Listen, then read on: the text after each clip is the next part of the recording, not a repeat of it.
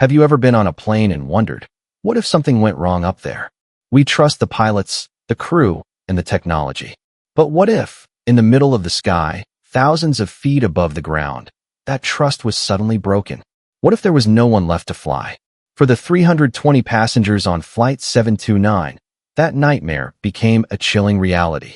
But what none of them knew was that seated quietly in the cabin, disguised as just another tourist with sunglasses and a guidebook, was someone who carried a secret capable of saving them all. This is the story of how one woman went from tourist to hero, revealing her hidden identity only when the sky demanded it.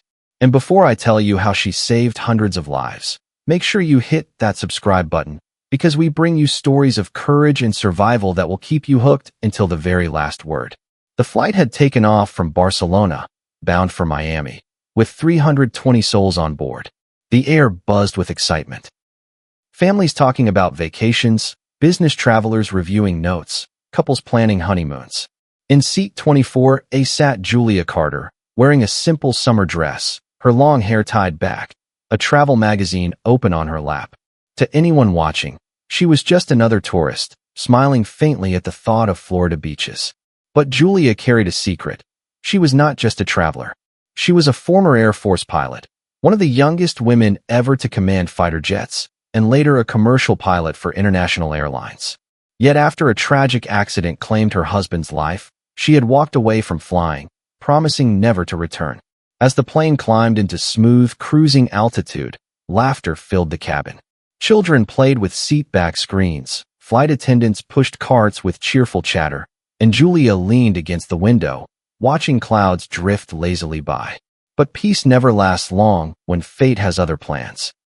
2 hours into the flight, a sudden announcement crackled through the intercom. "Ladies and gentlemen, this is your captain. We're experiencing a minor technical issue. Nothing to worry about." Nervous glances darted across the cabin, but passengers settled when the crew smiled reassuringly. Julia, however, wasn't reassured.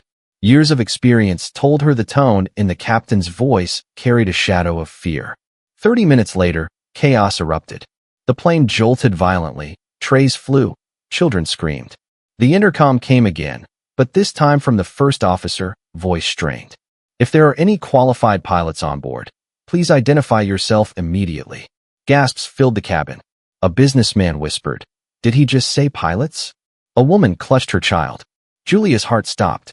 Something had happened in the cockpit, something catastrophic. She froze, torn between fear and destiny. For years she had buried her identity, but now 320 lives hung in the balance. She rose. The attendants rushed to her as she whispered the words that stunned them all. "I'm a pilot." They hesitated, eyes scanning her, unsure. She pulled out a small worn ID card she still carried despite her retirement. The words glistened, "Airline Transport Pilot License." The crew wasted no time. She was escorted through the panicked whispers of passengers, all eyes following the woman who suddenly didn't seem like a tourist anymore. Inside the cockpit, the scene was dire. The captain lay unconscious, slumped against his controls from what appeared to be a massive cardiac arrest. The first officer was battling failing systems and turbulence, his hands shaking, exhaustion in his eyes. Relief flooded his face when Julia entered. "You fly," he gasped. "I flew," she corrected, sliding into the seat, hands finding the yoke like she had never left. "But tonight, I'll fly again." Her fingers moved instinctively, scanning instruments, adjusting flaps, her voice steady as she coordinated with air traffic control. "This is Julia Carter, licensed ADP, assuming command of Flight 729. We have 320 souls on board. Captain incapacitated. Preparing emergency diversion." Silence followed, then a calm reply. "Roger, Carter. We're with you all the way." The passengers sat in stunned silence as whispers spread. "A passenger is flying us." Fear battled hope. A teenager muttered, "We're done for," while an elderly man clasped his rosary. But Julia's voice over the PA gave them something they hadn't felt since the chaos began: confidence. "Ladies and gentlemen, this is Julia Carter. I'm a licensed pilot. I've taken controls, and I promise you, I will get you home." The hours that followed tested every ounce of her strength. The storm ahead roared with lightning, radar systems flickered, and the co-pilot, though skilled, was on the verge of collapse. Julia bore the weight of 320 lives on her shoulders, each decision carrying the razor-thin line between survival and disaster. She remembered her husband's words years ago before his accident. The sky never forgives mistakes, but it rewards courage. As the plane descended toward Bermuda, the nearest emergency runway, alarms blared. One engine sputtered, threatening failure. Julia's knuckles whitened as she wrestled the controls, voice calm as she guided the terrified co-pilot. "We can do this. Focus on the instruments. Trust me." And somehow, through the storm, the failing systems, and the weight of the world pressing down, she saw it, the faint glimmer of the runway lights cutting through the darkness like salvation. Flight 729, cleared to land. Godspeed. Julia's heart pounded. She lowered the gear, adjusted the flaps, and aligned the aircraft with the precision of someone who had been born to fly. The passengers held their breath. Some prayed. Some wept. The wheels touched asphalt, screeching against the rain-slick runway. For a split second, the plane wobbled, sliding dangerously close to the edge. Julia fought back with everything in her, pulling the jet steady until it slowed and stopped. Silence followed. Then cheers erupted, cries of relief echoing like thunder inside the cabin.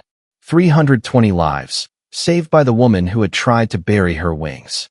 When the doors opened, passengers stepped out into the night, but none forgot the sight of Julia Carter. Once just a tourist, now the hero of the skies. Reporters would call her the passenger pilot. Newspapers would hail her as a miracle worker, and the world would know her name. But to Julia, the true victory wasn't the headlines. It was the faces of the children she saved, the hands of strangers who clasped hers with gratitude, and the quiet whisper she offered to the sky as she looked up. "I flew again, Michael. I flew for you." And that's how one woman, carrying a secret identity and a broken heart, transformed from tourist to hero when the world needed her most. If this story moved you, if it reminded you that courage sometimes lies hidden in the quietest places, then don't forget to subscribe for more stories of survival, sacrifice, and the strength of the human spirit.